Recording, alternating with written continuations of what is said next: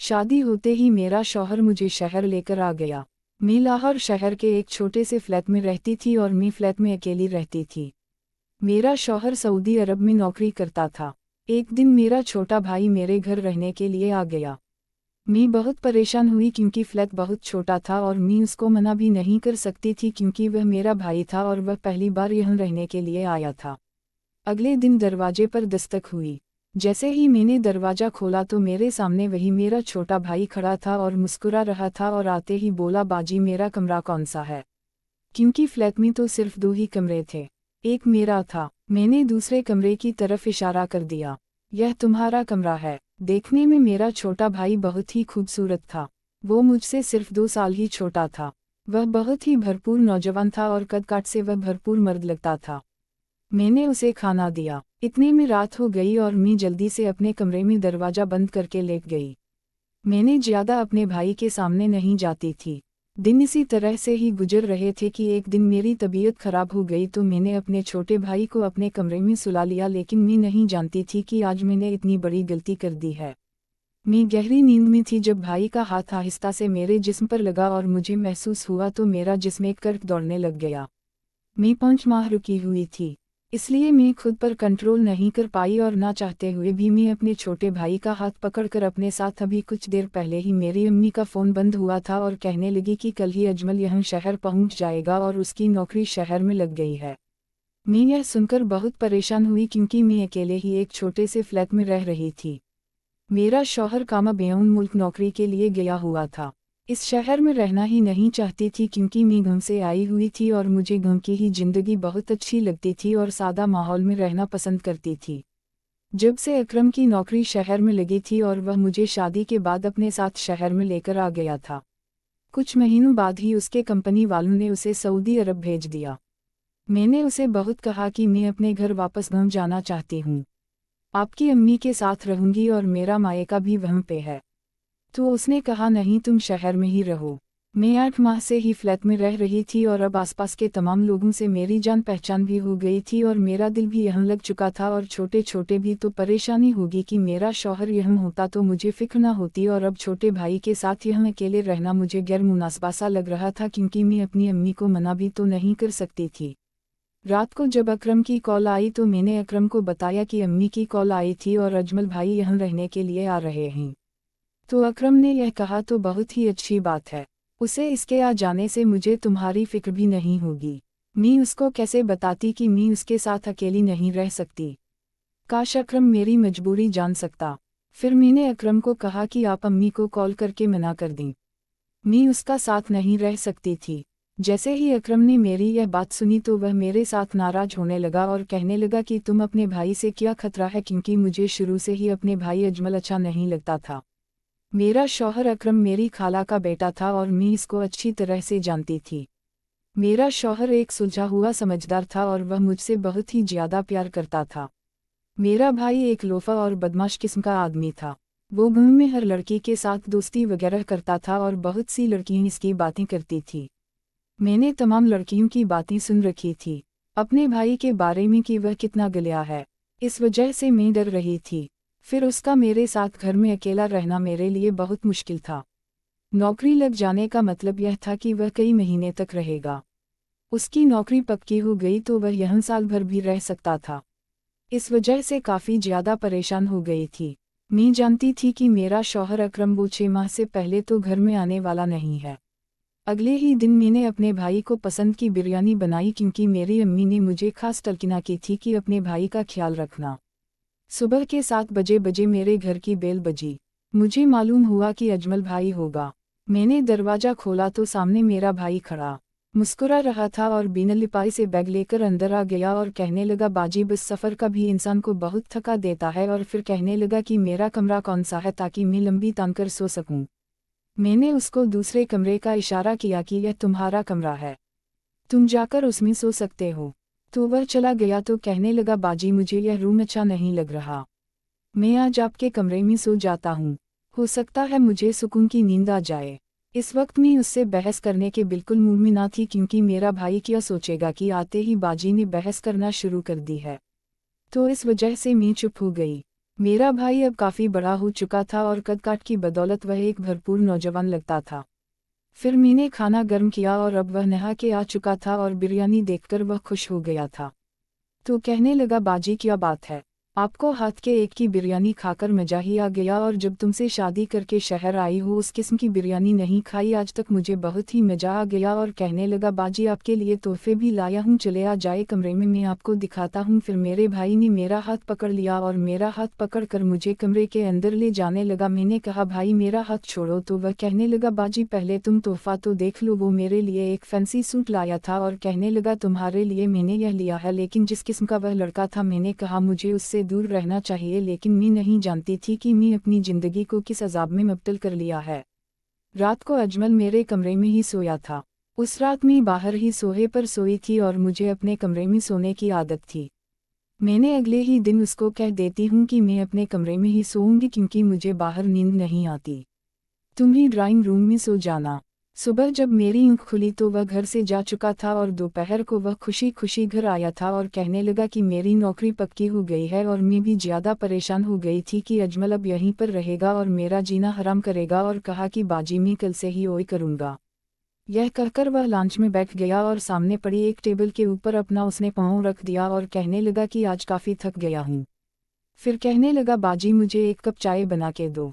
तो मैं किचन में गई और उसके लिए चाय बना के लाई और मैंने कहा, अजमल भाई मुझे अपने कमरे में सोने गया तो तुम दूसरे कमरे में सो जाना आज से। तो वह कहने लगा, बाजी नहीं, हम एक ही कमरा एडजस्ट कर लेंगे और हम दोनों मिलकर साथ ही एक रूम में सोएंगे। मुझे इस बात की बिल्कुल भी अजमल से उम्मीद ना थी। अजमल की यह बात सुनकर मेरा दिमाग घूम गया और मैं उठकर किचन में जाने लगी तो उसने मेरा हाथ पकड़कर कहा, बाजी तुम गुस्से में और भी ज़्यादा खूबसूरत लगती हो। मैं जानती थी कि वह इस किस्म की बातों का क्या मतलब होता है, क्योंकि मैं जानती थी वह इस किस्म का ही इंसान था। इस किस्म की ही बातों में उसको मज़ा आता था और वह बैठे बैठे टीवी देख रहा था। जिस किस्म की वह इंग्लिश मूवी देख रहा था, उस मूवी की आवाज़ मुझे किचन में सुनाई दे रही थी। मेरा दिल चाह रहा था कि उसको जाकर खरी खरी सुना दूं कि कुछ तमीज़ नहीं है कि घर में और अपनी बहन के होते हुए भी इस किस्म की मूवी देख रहे हो, और वह भी ऊंची आवाज़ में। मैंने रात का खाना बनाया और अपने कमरे में चली गई। जब मैं अपने कमरे में एंटर हुई तो कमरे का हाल देखकर मेरा सर कुकड़ा गया, क्योंकि कमरे की सारी चीज़ें बिखरी पड़ी थी। जूते कहीं पड़े थे, चादरें कहीं पड़ी थी। मैं बहुत ही नफासत पसंद लड़की थी और घर का बहुत ज़्यादा खास ख्याल रखती थी और अपने कमरे को अच्छी तरह सेटअप वगैरह करके रखती थी। और सारा सामान मैंने उठाया और उसके बैग में डालकर बैग बंद किया और आकर बाहर रख दिया। खाना बनाकर मैं अपने रूम में चली जाती और रूम को लॉक कर देती कि अजमल भाई खाना खाकर अपने रूम में चला जाएगा, तभी ही मैं बाहर आऊँगी। बेहतर है कि मुझे उसकी एक नंबर घटिया इंसान से सामना ही ना हो, तो इतना ही मेरे लिए अच्छा होगा। फिर अगले ही दिन मेरे दरवाजे पर दस्तक हुई तो मैंने दरवाज़ा खोला तो कहने लगा, खाना तो टेबल पर लगा दो बाजी, आप तो एहसास ही नहीं है कि आपका भाई कब से भूखा बैठा हुआ है। मैंने कहा, भाई मैंने तो सब सामान रेडी कर दिया है, आप उठाकर प्लेट में डाल लो। क्या तुम भाई अपना खाना भी नहीं उठा सकते? मेरी बात सुनकर उसने नहीं में सर हल्का कहने लगा, मैं तो बहुत कुछ कर सकता हूँ, लेकिन यह कहकर वह मुस्कुराना शुरू कर दिया और उसके मीठा मुस्कुराहट मुझे जहर लगती थी। लेकिन यह सारे काम बाजी अब तो आपको ही करने पड़ेंगे। चलो जाओ जल्दी से खाना लगाओ, मुझे बहुत भूख लग रही है। मैंने उसे गुस्से से देखा और किचन में चली गई और खाना गर्म किया और टेबल पर लगा दिया। मैंने अपना खाना उठाया और अपने रूम में जाने लगी। तो भाई कहने लगा, बाजी तुम भी यहीं बैठकर खाना खा लो, हम साथ बैठकर खाना खाते हैं। मैंने कहा, नहीं मैं अपने रूम में ही खाना खाऊंगे।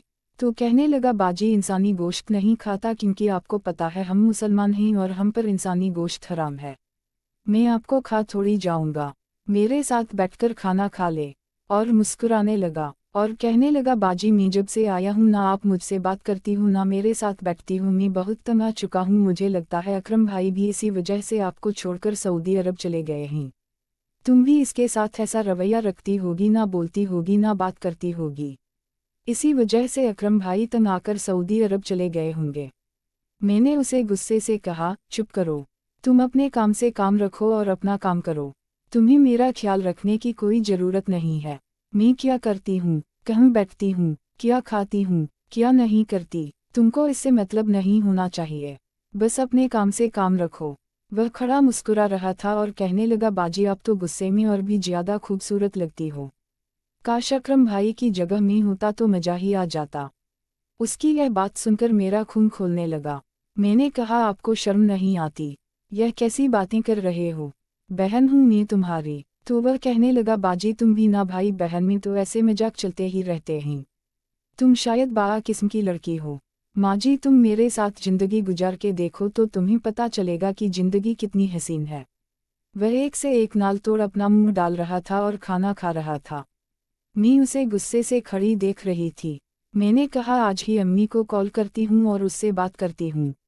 वह तुम्हारा दिमाग ठीक करेंगी कि किस तरह अपनी बहन से बात करते हैं। लेकिन ऐसा नहीं हुआ। उसे तो जैसे किसी बात की परवाह भी नहीं थी। मैंने फ़ोन पर अम्मी को अजमल के बारे में सब बताया। अम्मी को यह भी बताती थी कि अजमल भाई किस तरह के किस किस्म की बातें मेरे साथ करता है। मगर मेरी अम्मी भी अजीब किस्म की औरत थी। वह मेरी एक भी ना सुनती थी क्योंकि अम्मी अपने बेटे पर पूरा भरोसा था और उसके खिलाफ एक बात भी नहीं सुनना चाहती थी। और अम्मी उल्टा मुझे ही कहने लगी कि तुम गलत सोचती हो क्योंकि ना जाने क्यों अम्मी अजमल पर इतना भरोसा था और उसके खिलाफ एक बात भी सुनना गवारा नहीं करती थी। एक रात मैं अपने रूम में सो रही थी। अचानक ही मुझे बाइज़ोम की वजह से मेरी आँख खुली और मुझे लगा कि गैलरी में कोई है। तो मैंने जैसे ही पर्दा हटाकर देखा तो दो लड़के पिस्टल उठाकर खड़े थे। मैं नहीं जानती थी कि यह कैसे अंदर आए और मुझे कुछ समझ ना आया। मैं भागती हुई अपने कमरे में आई और दरवाज़ा खोलकर बाहर निकल गई।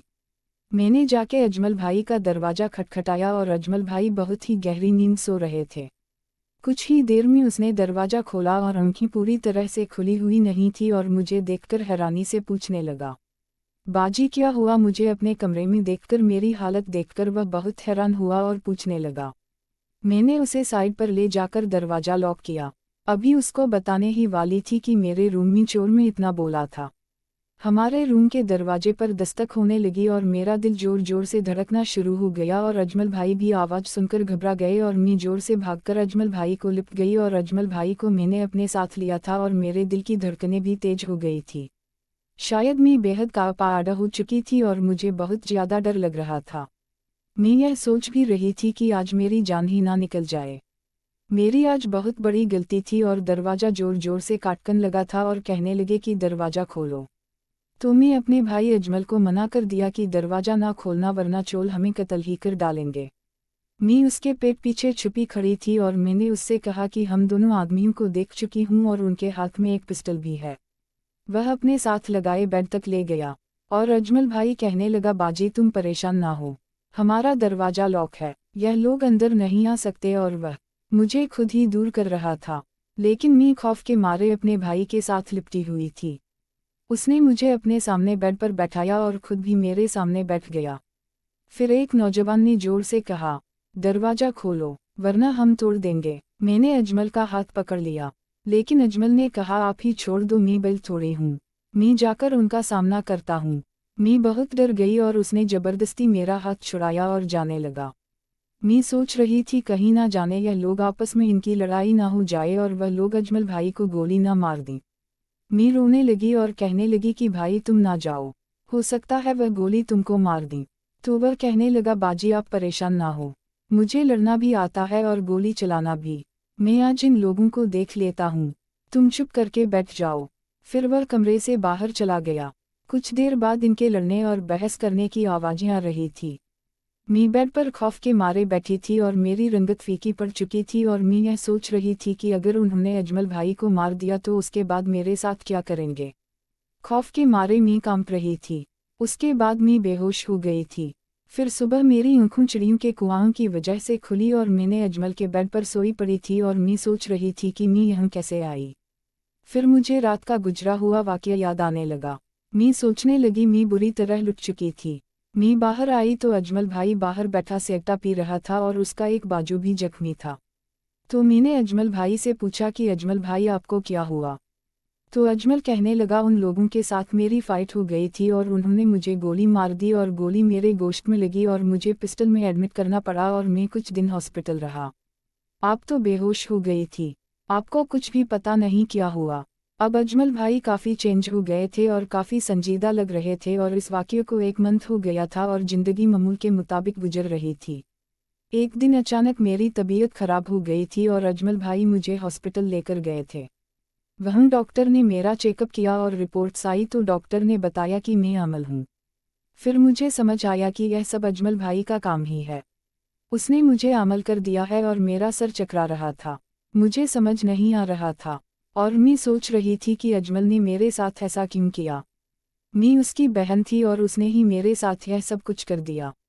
जब मैं घर पहुंची तो मेरा शौहर अकरम आया हुआ था और मुस्कुरा रहा था और कह रहा था कैसा लगा मेरा सरप्राइज। और मैं सोच रही थी कि मैं किस तरह अपने शौहर को बताऊं कि मेरा भाई ने ही मुझे हमला कर डाला है। मैं तो मुश्किल वक्त में इसके पास पनाह के लिए गई थी और मुझे यह नहीं पता था कि मेरा भाई मेरी खुशियों का कातिल हो जाएगा और मेरे साथ यह सब कुछ कर डालेगा।